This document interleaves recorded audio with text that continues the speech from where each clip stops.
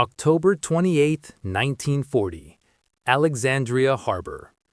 Dusk settled over the eastern Mediterranean as the British Mediterranean fleet lay at anchor, its gray hulls darkening against the dying light. In London, Winston Churchill demanded movement. In Egypt, Admiral Sir Andrew Cunningham refused. The signal arrived shortly after 1900 hours, routed through Admiralty channels with unmistakable urgency.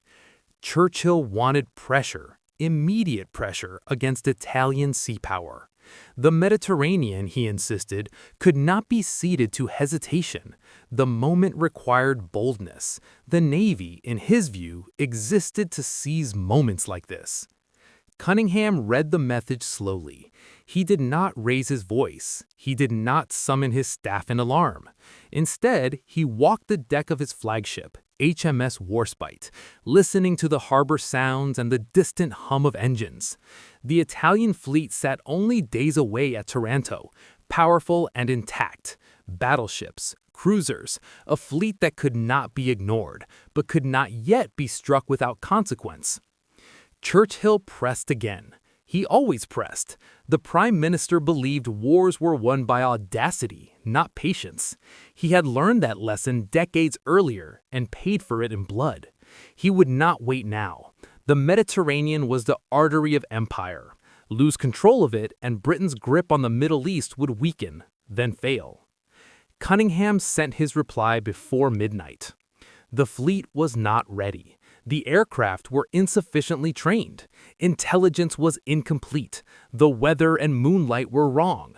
A premature strike, Cunningham warned, would risk the capital ships Britain could not replace. The fleet must survive to dominate the sea, not gamble itself for headlines. It was a refusal, but a measured one, professional, calm, final. In London, Churchill bristled.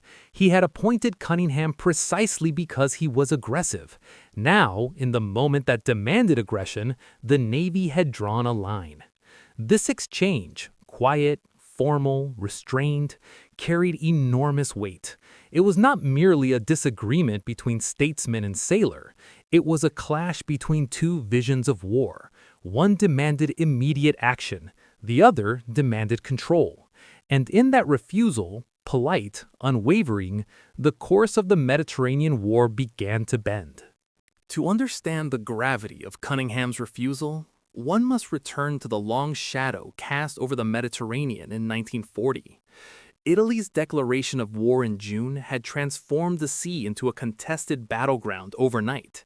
The Regia Marina was no paper threat. On paper, it outmatched Britain in modern battleships, cruisers, and destroyers. At Taranto alone lay 6 capital ships: Littorio, Vittorio Veneto, Conte di Cavour, Julio Cesar, Andrea Doria, and Caio Duilio, supported by more than 20 cruisers and scores of smaller vessels. Churchill knew these numbers intimately. He recited them in memoranda, underlined them in red pencil. To him, delay favored the enemy. Every day the Italian fleet remained intact was a day British convoys to Malta and Egypt sailed under threat. Bold action, he believed, would paralyze Mussolini's navy and shock Rome into caution. Cunningham saw the same numbers and reached the opposite conclusion. The Mediterranean fleet was strong, but finite. 3 battleships, 1 aircraft carrier, HMS Eagle, limited aircraft. Pilots are still learning night operations over open water. Taranto, heavily defended, had never been successfully attacked from the air at anchor. A failed strike would not merely cost planes, it would expose the fleet to retaliation and invite disaster. Cunningham's private papers reveal no doubt. "It is my duty," he wrote, "to win the war at sea, not to risk the fleet for effect." To him, the fleet was not a weapon to be spent, but a presence to be maintained. So long as it existed, Italy could not dominate the Mediterranean. Lose it, and Britain would be forced onto the defensive everywhere from Gibraltar to Suez. The pressure intensified. Admiralty cables grew sharper. Churchill's language hardened. He invoked history, Nelson, Trafalgar. He reminded Cunningham that hesitation had sunk empires. Cunningham did not argue history, he argued timing. Behind him stood his captains, men who understood the margin between success and catastrophe. They trusted him because he trusted their professional judgment. When he said, "not yet," he spoke not from fear, but from calculation. The stalemate was temporary, but its consequences were lasting. By refusing, Cunningham forced a pause in which training continued, intelligence deepened, new torpedoes were modified for shallow harbor attack. Pilots practiced night flying again and again over dark water. The fleet waited. The Prime Minister fumed. The enemy remained unaware. And in that waiting, the shape of the coming blow began to take form. By early November 1940, the pressure reached its breaking point. Churchill's messages no longer asked whether the fleet would strike, but when. The political stakes had sharpened. British forces in North Africa were preparing for an offensive against Italian ground troops. Success on land, Churchill argued, demanded dominance at sea. Without it, supply lines would fracture and victory would dissolve into retreat. Cunningham did not dispute the objective. He disputed the timetable. Intelligence reports now arrived daily. Reconnaissance flights confirmed Italian capital ships riding low at Taranto, their crews confident, their defenses complacent. Anti-aircraft batteries ringed the harbor, but torpedo nets were incomplete. Searchlights were poorly coordinated. The Italians believed the shallow waters protected them. Cunningham knew better, but only if everything went right. He convened his senior officers aboard Warspite. The room was quiet. Charts spread across the table. Times, distances, and aircraft ranges measured to the minute. The carrier Illustrious had joined the fleet, bringing more aircraft and better trained crews. This changed everything. Still, the margin for error remained narrow. A single Italian battleship escaping intact could devastate British convoys. A single British carrier damaged could tip the balance of the sea. Churchill sensed the shift. His tone changed. Urgency gave way to expectation. The Navy was being watched, not only by the Prime Minister, but by the world. A decisive strike would prove Britain still commanded initiative. Failure would confirm decline. On November 7th, Cunningham sent a brief signal to London. Preparations were complete. The operation would proceed when conditions allowed. No bravado, no promises of glory. Only certainty. On the night of November 11th, under a moonlit sky, the decision was executed.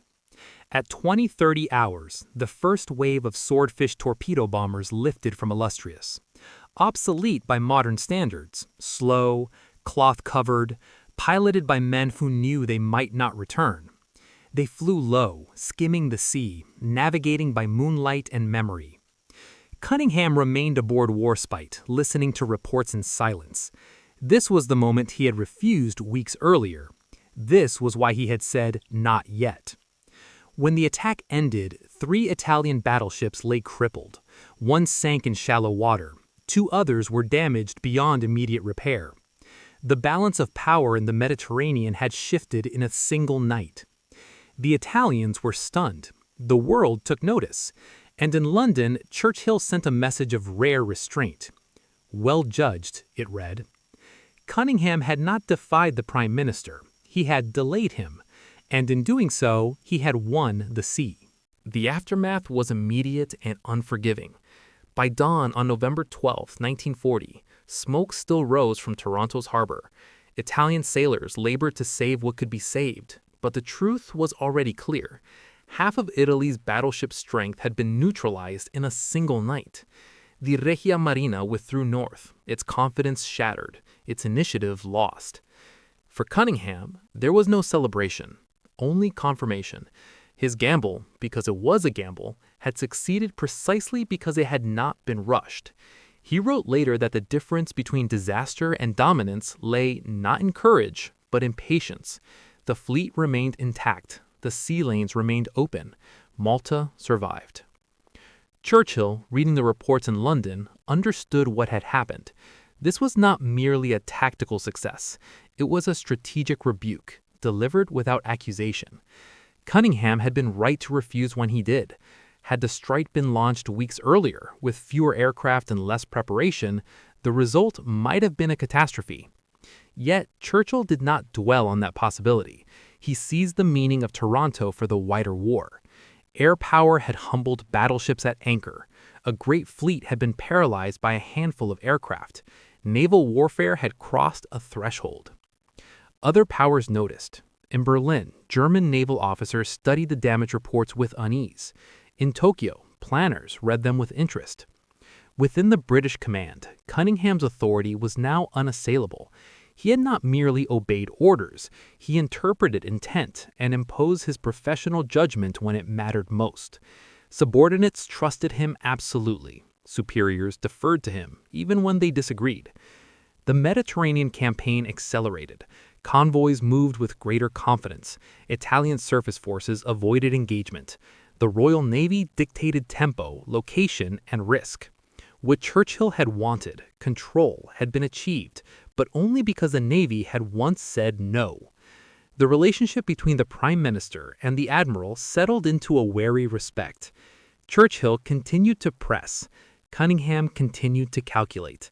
Their tension did not disappear. It became productive. This was the cost of command in total war. Decisions made far from gunfire carried consequences measured in ships and lives. A single refusal, delivered calmly in Alexandria, had altered the course of a theater. But the deeper meaning of that refusal would only become clear with time. Taranto marked more than a victory. It marked an end. For centuries, battleships had embodied national power, steel symbols of pride and permanence. At Taranto, they were exposed, immobilized, humbled by aircraft flying barely faster than a family car. The age of surface dominance had not vanished overnight, but its certainty was gone. This could not be undone. Cunningham understood this instinctively. He did not speak of revolutions in warfare, but he acted as though one had occurred. The fleet would be preserved, maneuvered, and used to threaten, not to posture. Control, not spectacle, became the guiding principle. Churchill, for all his impatience, grasped the lesson as well. He had wanted action, and he had received something rarer, decisive action at the correct moment. His trust in professional commanders deepened, even as his demands remained relentless. He would still push, but he would listen when the Navy said, "Not yet." The Mediterranean remained contested, brutal, and costly, but after Taranto, it was no longer balanced. Britain held the initiative. Axis supply lines are strained. North Africa tilted toward a decision. Historians would later point to Taranto as a precursor, proof that anchored fleets were vulnerable, that air power could shape the sea. Others would emphasize command culture, the willingness of a subordinate to resist political pressure in the service of strategic truth. Both interpretations begin with the same moment. An evening in Alexandria. A signal read and declined. A fleet held back. Power was not seized by haste, but by restraint. And when the time came, the blow landed so completely that the enemy never recovered.